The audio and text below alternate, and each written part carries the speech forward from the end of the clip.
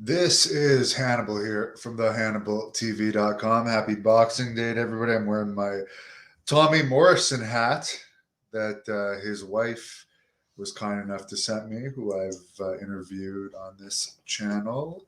But let me get into the news. Smackdown is apparently being pushed hard this week with John Cena coming back. Fox is plugging it on all their NFL games. They've been getting around a 0.5 rating like they got Friday night of last week. So they're expecting a big boost with John Cena.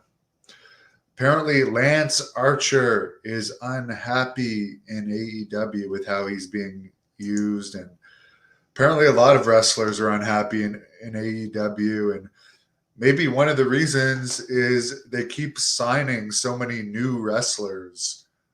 And they only have, like, what is it, 3 hours on actual TV? Because isn't Rampage a 1 hour show?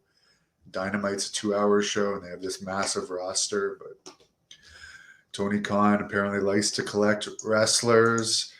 But Dave Meltzer said it, and a lot of people have been saying it. CM Punk leaving the company really hurt the company's popularity. And, of course, Cody Rhodes jumping to WWE did too. It's a lot of star power they're losing. There is talk of them starting to do house shows next year in 2023. But are they going to be able to afford Jericho to go on the road, who is their biggest draw? Would John Moxley go on their own? Probably. But is he by himself with AEW, which is mostly unknown wrestlers, actually draw? Who knows? I don't think Bryan Danielson would be that big of a draw, but also he had a lot of concussion issues. He's not going to wrestle a full-time schedule. Maybe a few house shows here and there if they're limited. Big Cass, I just saw last night, is in AEW because apparently he's getting married to DDP's stepdaughter, I guess. And here's one thing I also don't like about AEW. I guess his name is Big Bill in AEW. They debuted him jobbing to Wardlow, but now they're giving him a push. But here he is having a tag team match where he's holding his tag team partner's hand, who is in the ring while he's pinning a guy. What happened to the rules where you couldn't pin a guy if your partner was also in the ring or your partner was touching you? I guess tag team rules don't apply in AEW, because I also remember watching Jeremy Prophet's AEW dark match a couple months ago from Toronto in AEW, where the ref isn't even caring if people are tagging in tag matches. So, I mean, am I gone crazy? Has AEW dropped the rule where it doesn't matter if the other partner is in the ring touching you when you're pinning a guy? Or they just don't care. I don't know. But I do like Big Cass. I was supposed to have a feud with him in SWE about a year and a half ago.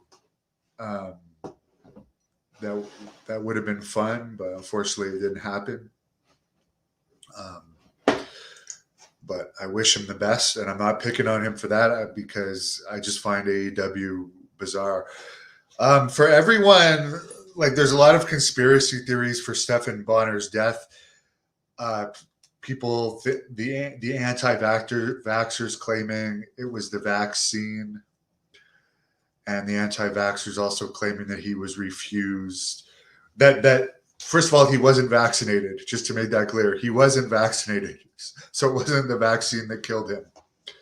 And for the people that knew he wasn't vaccinated, saying he was refused treatment at the first hospital he went to, he actually did a video saying he was refused treatment at the first hospital because they thought he was some type of alcoholic or addict that just wanted to get a buzz, but he was accepted into the second hospital. So him being refused treatment at the first hospital had nothing to do with whether he was vaccinated or not. He had back and hip problems and had been on a lot of pain medication, from my understanding, as well as CTE issues, which is one of the reasons He was using marijuana and I believe had his own marijuana company at one point. Apparently, the heart attack occurred while he was at work. It still hasn't come out exactly what he was doing for work. At one point, he did have, as I said, a weed company. He also had a gym at one point. I'm not sure what his latest job was. Apparently, Medusa put out a quote on the Wrestling Perspective podcast about Mandy Rose saying, quote, I think there are things that need to be changed. If it was a double standard, if there was no warning for her, guys get warnings. If in this business and they're still employed there, which is unfortunate, end quote. I think the guys that have Twitch accounts in WWE are mostly doing video game streams. I haven't seen or heard of a guy with an OnlyFans account in WWE where they're posting naked pictures and sexual positions with their girlfriends, which is basically porn. So if you're comparing somebody profiting off of pretty much pornographic material with someone profiting off of playing video games on streams, I don't think you can compare that at all.